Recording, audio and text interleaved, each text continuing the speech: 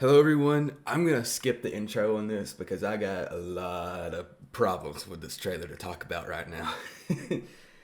I'm gonna start off with the first one and one of the most obvious ones, just even before I get into anything else, is the fact that there's a baby Kong in this, a son of Kong, whatever you want to call him. I don't care that he's an orangutan. I know he's looks like an orangutan. I know he's gonna be, or probably supposed to be, one of whatever that other species is of apes in the Hollow Earth. But you already know they're gonna make him. They're gonna make King Kong adopt him or something along those lines. And we have proven multiple times in the past that bringing baby kaiju into these movies does not work. First and probably best, well, not first because there's already been a Son of Kong movie before, but first example of this I want to talk about is the Showa Baby Godzilla.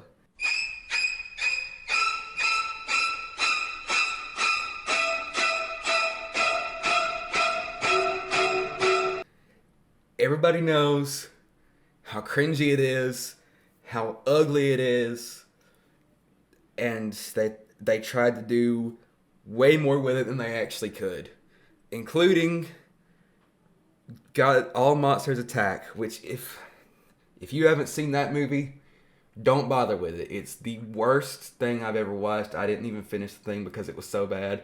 Baby Godzilla's talking in that movie. It was the it was the point in the Showa era where they tried to make the movies more kid friendly, and it didn't work. And if that's the same thing they're going for here, then it's not going to work here either. We've, again, like I said, this has been tested and proven not to work. We should learn from the mistakes of the Showa era and not go back to it. Even the second Baby Godzilla they did in the 90s, which was a lot better, it made a lot more, or they made it make a lot more sense. And then it actually looked like Godzilla and it was actually kind of cute. But still, there is just an unavoidable cringe factor when it comes to these baby kaiju that you cannot avoid it. It's always there. They tried to get around it in the Heisei era and it didn't work out. There's just it seems to me like the cringe with the kaiju be like a son of Godzilla or a son of Kong or whatever is just completely unavoidable. So that's the first thing I want to talk about. Second thing I want to talk about, I'm just getting the main points out of the way right now. Second thing I want to talk about is Pink Godzilla. It doesn't work, okay? There's a lot of things here about this trailer or movie or whatever that do not work, and Pink Godzilla is one of them. I understand a lot of people like the design. I don't like it because it just doesn't look like Godzilla. And I've seen some people saying it looks like Millennium Godzilla or whatever, like Godzilla 2000 from the actual Godzilla 2000 movie, and then the one from the next year called Godzilla versus Megaguirus. Those spikes on Millennium Godzilla are magenta 1 and 2. They don't glow magenta or pink. When he shoots his atomic breath, they glow orange, and his atomic breath is orange. This Godzilla in this movie, it's just pink. The spikes are pink, the breath is pink, and it just doesn't work for Godzilla. If they wanted to do a similar design on their own original kaiju, then I think it would have been fine. But it really just does not work for Godzilla. There's other things they could have done to get across the point that he had evolved. Other designs they could have gone for. And I know they've already done Burning Godzilla, but they could have somewhat gone back to that, even if they didn't fully go back to it. They could have given him, the spiral ray that we saw in the Heisei era. But instead, they go for this cringy looking pink Godzilla. And I don't even know what to say about it other than what I've already said. It's just disappointing more than anything. And third big the third big main point that I want to talk about before I dive into anything else is one specific moment in this trailer, and it's the scene where Godzilla and Kong are both running.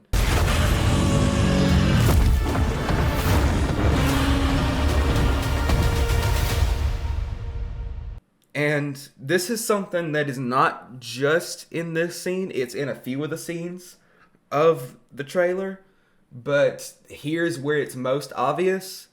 The CGI is not looking too great, especially compared to Godzilla Minus One, which just came out.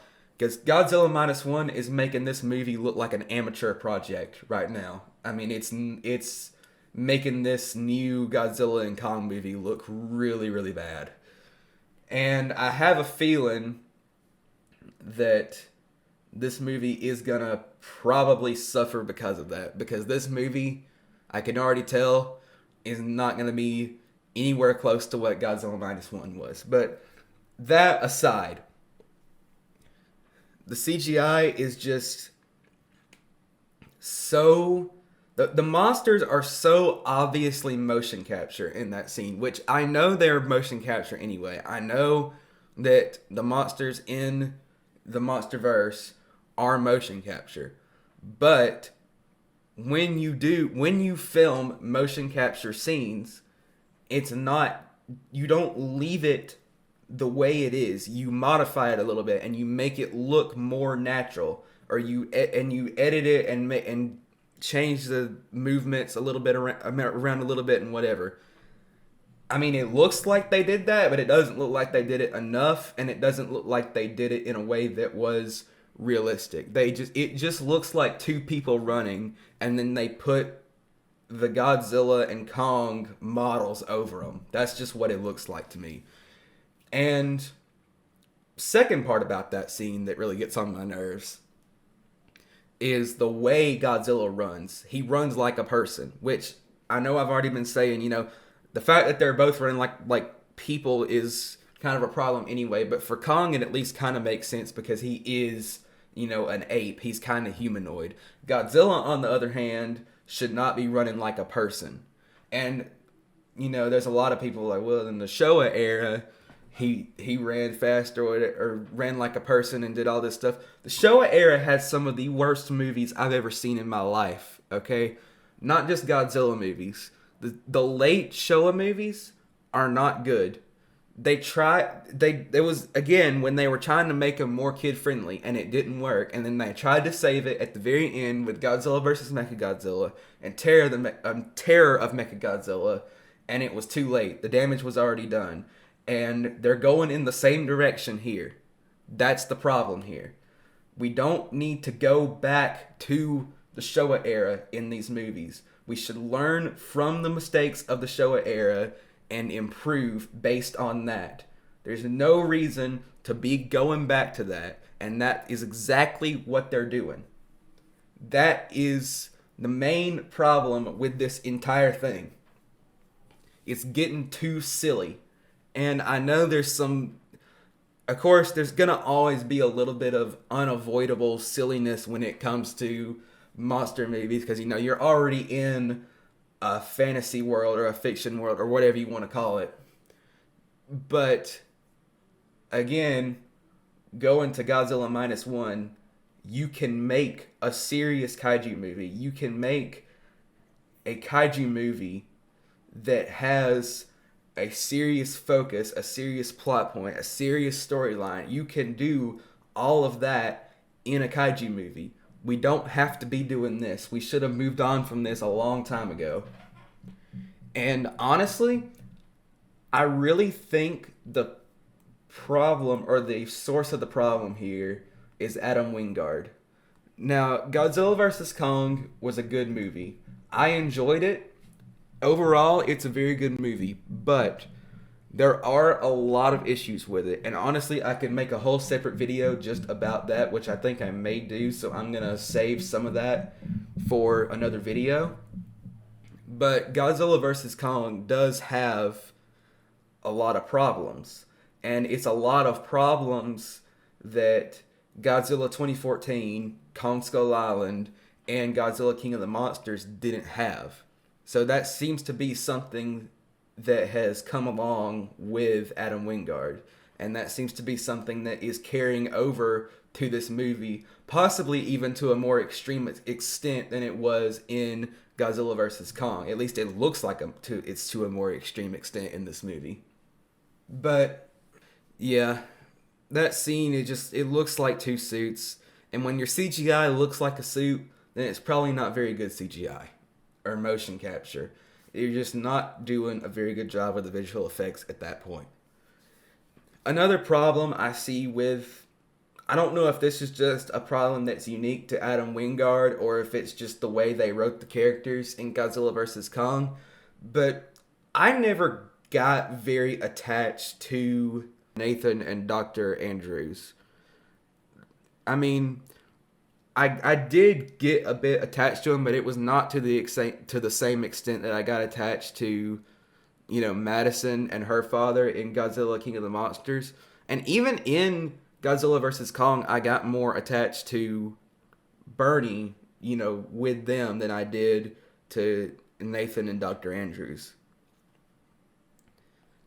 And I'm not sure if there's a reason for that that's connected to Adam Wingard, or if that just happened to be, or if it was just a coincidence that the movie where that happened was the same movie he was directing. I don't know. I think we're gonna find out in this movie whether it's a pattern with him or just a coincidence. But I feel like most of this cringiness could have been avoided if they just stuck with either Michael Dougherty or Gareth Edwards.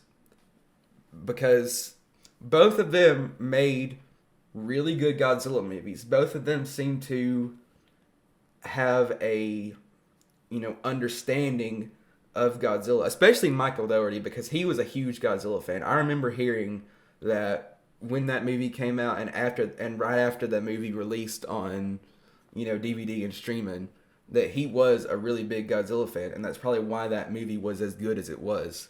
Because that movie was really made for Godzilla fans. This movie, on the other hand, just feels like what Marvel's doing now, where they're just pumping out as many movies as they possibly can, whether they're good or not. That feels like the direction that Legendary and Warner Brothers is going in right now. Along with everything else I've said.